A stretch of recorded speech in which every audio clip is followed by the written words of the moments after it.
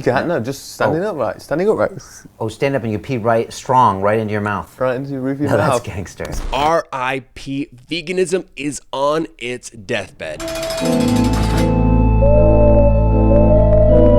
Or at least that's what some people want you to think. But I will admit that things definitely do feel different in the vegan world. Do you agree with me? Today, I want to break down why things feel different and why the trend has changed for veganism. And while I'm doing this, I want you to listen to each one of my points and then think about whether you agree or you disagree, and then let me know down below in the comments. Now let's get into this. The first thing that came to my mind when I was trying to figure out why things just feel a little bit different was that after the lockdown, after the pandemic, we weren't able to actually come together in physical person anymore. So when it came to those really epic veg expos and vegan festivals and eat, drink, vegan, all that kind of stuff. Brock Lee here, reporting from Eat, Drink, Vegan, wearing the worst glasses of my life. How sweaty are you right now? You don't want to see the insides of my armpits. Hail Satan. The vegan meat, not the guy who's trying to mess up people's lives. And the vegans have run out of tofu, so I think we're rounding it up. And a fly just flew into my eyeball. Oh God. We just haven't done that in years, and they still haven't come back. For me, that was always one of my favorite things because it was just really cool to come together with a bunch of people who you know you already have tons of things in common with. You have a similar way of thinking, and it was just kind of cool to see, like, physically, you know, hundreds or thousands of people in the same place, all chowing down on the same stuff. You gotta go try this, you gotta try that. It was really fun. It was a cool sense of community. And obviously, I know not everyone was able to make it to these veg expos and stuff because of where you live, but just the idea of, you know, you see digital numbers and that's one thing, but when you see those people in person, hundreds and hundreds of people, it's a whole different feeling. Okay, so the next thing I think that has changed is a couple years ago, maybe 2018, 2019, veganism really felt like it was the #1 trend. And people follow trends, right? There are even people who follow every single trend as it comes out, and they hop from trend to trend. So for a minute there, veganism benefited from that, being #1 trending and having trend jumpers jump on it, right? Which is great, and it brought a lot of awareness to veganism. But like trend jumpers do, new trends came out, and so they see the next trend and they're like, oh yeah, that was fun, but not everyone's talking about it quite so much, and everyone's talking about this. I want to do this. I'm going to start doing ultra marathons or something. So I think naturally, as veganism just kind of fell away from being a brand new trend, the trend followers kind of went away. And so it feels like there's less people. Those people are going to leave anyways, no matter what the trend was. Which brings me to my next point, and this kind of piggybacks on the last one, but veganism, really dedicating yourself to it, requires discipline.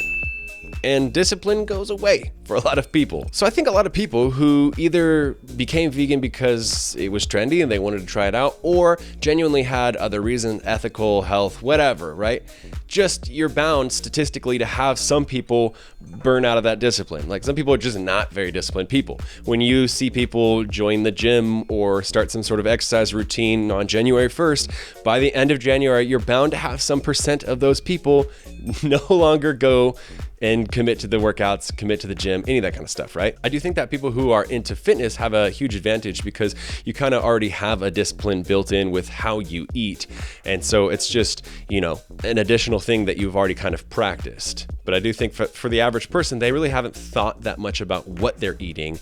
And so all of a sudden having to give a crap about what you're eating and plan a little bit, it's hard. Okay, and that brings me to my next point. I think that there are some maybe bad examples or just easy examples for people to point out when they want to discount or make fun of vegans. It's a moment. It changed my life, or a lot of my friends.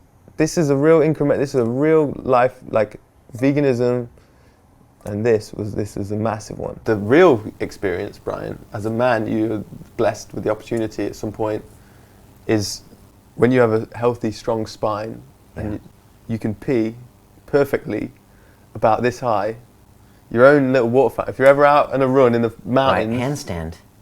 you can't, no, just standing upright. Standing upright.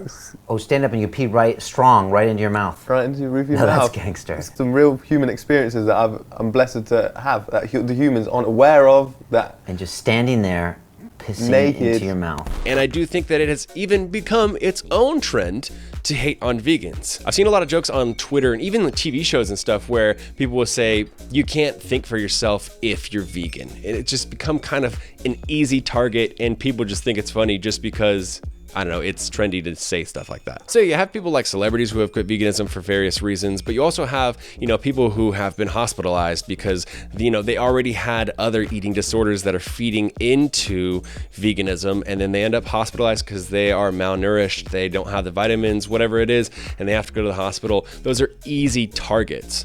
I also feel like veganism attracts narcissistic personalities, and I'm not saying that all vegans are narcissists. What I'm saying is that narcissists tend to do things where they can feel holier than thou, and veganism can be one of those things where they can talk down to people and basically feed themselves up, like push themselves up and say, I'm better than you because I do this and I do that and you don't. I mean, you've seen this with other things like CrossFit, for example, also attracts a lot of narcissistic personalities where they'll say like, your training modality, the way that you exercise isn't as good as this. And I think it's also very easy to look at those people and basically apply that to everybody. If you're outside of veganism, you say everybody is like this person who is a narcissist and is really annoying. And so it makes it very easy to hate on veganism. I think that personality type really likes to gatekeep, and that is a really annoying thing that I see occasionally. Like the majority of vegans are mad cool and are not gatekeeping at all, but there's always that one person on Reddit, on Twitter, on just the internet, even in person sometimes, where they will be just nailing you down for every little thing. And even sometimes they'll be trying to prove that you aren't vegan, even if you've been vegan for 8 years or whatever, because you didn't do this right or whatever, right? That is an easy personality to hate. And if you're not vegan, it's easy to say, all the vegans are like that. Veganism sucks. That brings me to my next point. I think we just hear about it less because, again, it's not as trendy, but I think that there are a lot more passive vegans than there are active vegans. And because it's not as trendy, there are less of the loud vegans. There are also less of the type that I was just talking about, the narcissistic type. And there are a lot of people who are just trucking along and you wouldn't even know that they're vegan. And I'll just give you some celebrity examples because, we all know them. But Rainn Wilson, which is Dwight from The Office, Natalie Portman, Peter Dinklage, Stevie Wonder. They're all vegans, and I rarely hear them talk about veganism, which is totally okay. But because you don't hear about them, you just assume that they're not vegan. And I feel like that's a lot of people in the world. Vegans are walking around everywhere, at your grocery store, at your gym, everything, but they don't, necessarily wear a shirt that says I'm vegan. They don't necessarily just talk about it all the time, contrary to the popular joke. So I think maybe it feels like there's not as many vegans as there are, but again, I think a lot of people just applied it to their life because they have the values, behind it, and they say, this is how I feel ethically or health-wise, whatever, and then they just continue living their life, and it's not a big deal to them. All right, my last point I want to bring up, I've brought this up before in the past. I know it sucks to talk about celebrities, but a lot of people follow celebrities. They really, really try to be them. They idolize them. They believe that, just because someone is a celebrity, what they think means more than what other people think, and that they're very well versed on everything they're saying. And so you've had a lot of celebrities who were vegan quit veganism, which for a lot of people makes them feel like veganism is a failed lifestyle that doesn't work, and if you try it, you're gonna have the same problems that they ran into, all that kind of stuff. So it just kind of puts a damper on people thinking it's possible for them. I mean, there's a pretty decent amount of them who went vegan while it was trendy and then quit when it stopped being trendy. But you have like Anne Hathaway, who said that she wasn't getting enough energy for her high action movie sets and stuff. Miley Cyrus, similar thing. She said she was kind of feeling spacey and didn't have a lot of energy for her concerts. You have Ellen DeGeneres, who didn't explain why she's not vegan anymore, but said that she is now eating, eggs and things like that. So I think that gives fuel to the fire for people who are either talking bad against vegans, right?